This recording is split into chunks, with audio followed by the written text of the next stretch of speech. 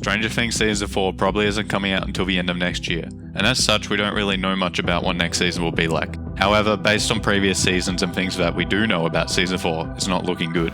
I'll start off by reaffirming that while yes, I have very much enjoyed the previous seasons of the show, and Season 3 might have been my favourite yet, there have been things in the background that have started to emerge during Season 2 and 3 that seem like they're going to make Season 4 even worse. First off, the show has been slowly moving away from one of the key things that made the first season so great in the first place, and that's a smaller scale of the stuff that goes down. In the first season there was just the mystery of where Will went and trying to find him. The monster was kind of a background thing for the teenagers to deal with. Then in the second season there's all these tunnels all over Hawkins, and a whole bunch of demo dogs, and the gate to the Upside Down has become huge. There's just a lot more going on, not to mention the terrible subplot of Eleven trying to find her mother, and Will being possessed by the Upside Down.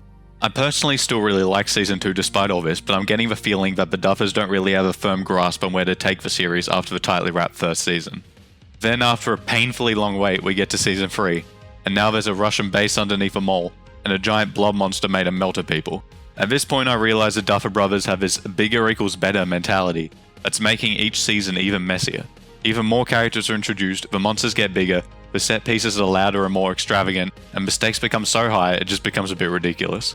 And we've already seen that this trend will continue full steam ahead into Season 4, with the first teaser giving us that ominous "we're not in Hawkins anymore" line. And considering Hopper's in Russia, Joyce and her gang have moved to some other city, and the rest of the group still in Hawkins, we could be looking at a worldwide adventure this time around. This show is just getting too big for its britches, and we don't even know if Season 4 is the final season yet.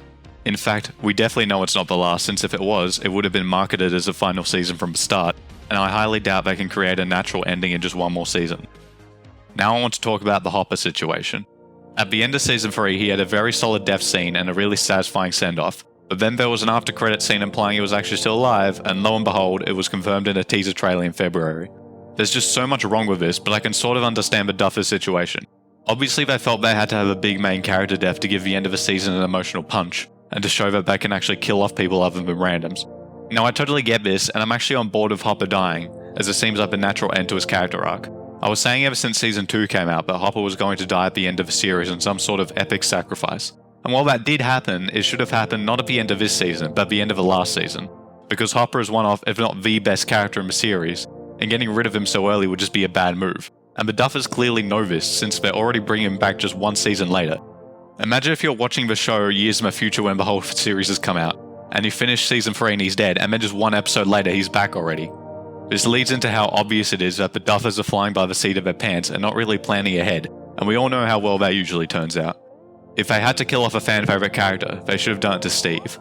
Going into Season 3 I was 110% sure he would bite the dust by the end of it, because he seemed to have already had a complete character arc. He was an asshole at the start of Season 1, and by the end of Season 2 he's driving dust into the snowball and everyone loves him. I thought there was nowhere to go with him from there, so death seemed like the next natural step. But they surprised me and actually did manage to add more to his character with his relationship with Robin, and gave Hopper the middle finger instead. Another thing that's becoming more obvious with each season is the repetitiveness of the plot beats. In the first season Will was in danger from the Upside Down, there was a love triangle between Nancy, Steve and Jonathan, and there was a monster which Eleven screamed at until it died. Then in Season 2, Will was in danger from the Upside Down again, Nancy, Steve and Jonathan were still in a love triangle, and there was a new monster which Eleven screamed at until the gate closed and it sort of died. Then in Season 3, the characters are split into similar groups to Season 2, and there was yet another monster, and the gate had to be closed again to kill it. Now it does seem that Season 4 will be a lot more different from the usual fare, but I'm still remaining cautious. Thankfully, it does seem like there's no feasible way for them to just tell the same story again, since the status quo by the end of Season 3 is so different to how it was in Season 1 and 2. Plus, people are really going to notice this time if they do the whole close the gate thing again. Another thing I hope they do is change up the character dynamics a bit. The Steve and Dustin thing is great, but Dustin should be back with Mike and Lucas again this time, since they didn't have much screen time together in Season 2, and next to none in Season 3. It also seems like we'll get a good amount of Will and Eleven together, considering they're not in Hawkins with everyone else, and that's a relationship which I'm surprised wasn't explored in Season 3, since they kind of have shared trauma. They also need to pump the brakes a bit on introducing new characters, since at this point the roster is so big that other characters are getting shafted in favour of the newer ones, mainly Lucas, who had barely anything to do in Season 3 other than promote new Coke. But the remake?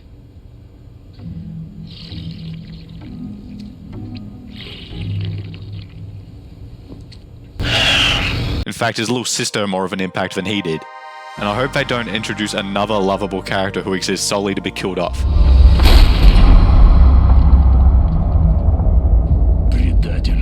Judging by the fact that they only just started filming the new season in February, it means the dubbers have had ages to write this season, so hopefully that results in better quality.